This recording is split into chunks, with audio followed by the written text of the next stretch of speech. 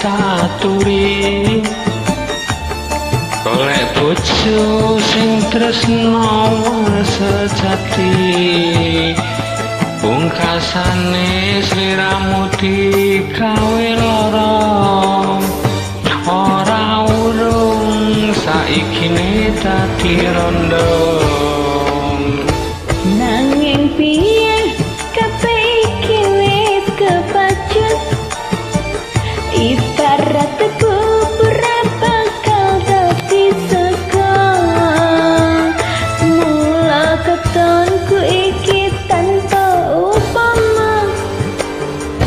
ngerti ngono lamaranmu sing tak tampa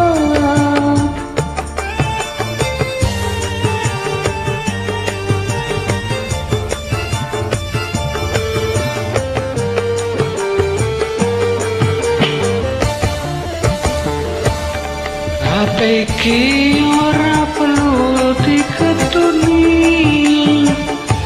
janjiku biyen aku sanggup ngenteni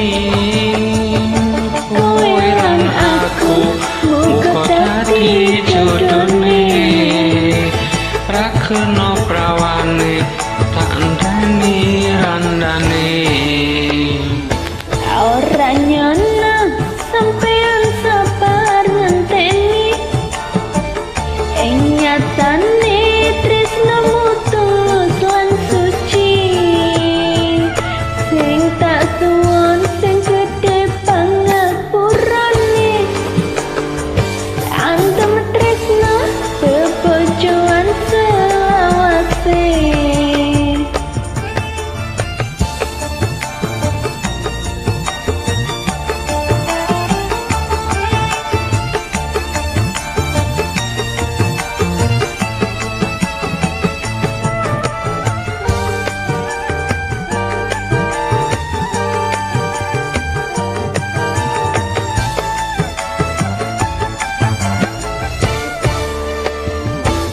yen mula sliramu wis tak aturi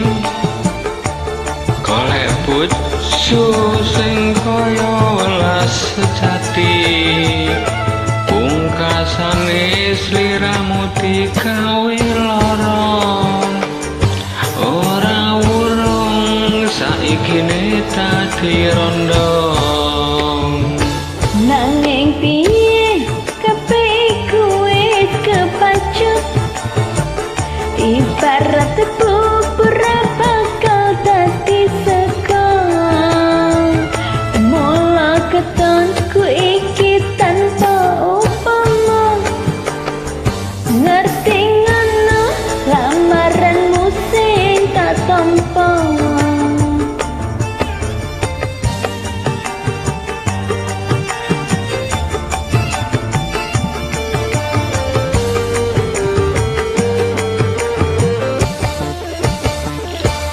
kabeh iku ora perlu diketuni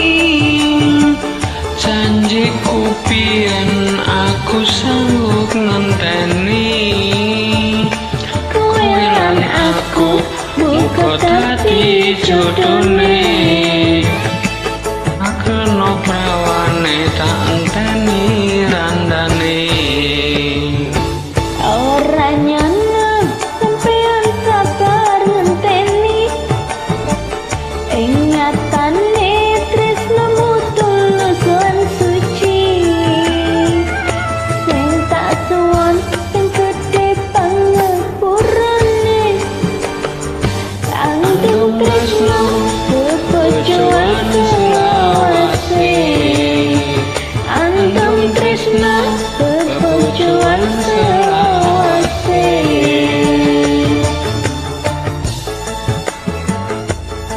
thank you you're silahkan welcome di join ya ya makasih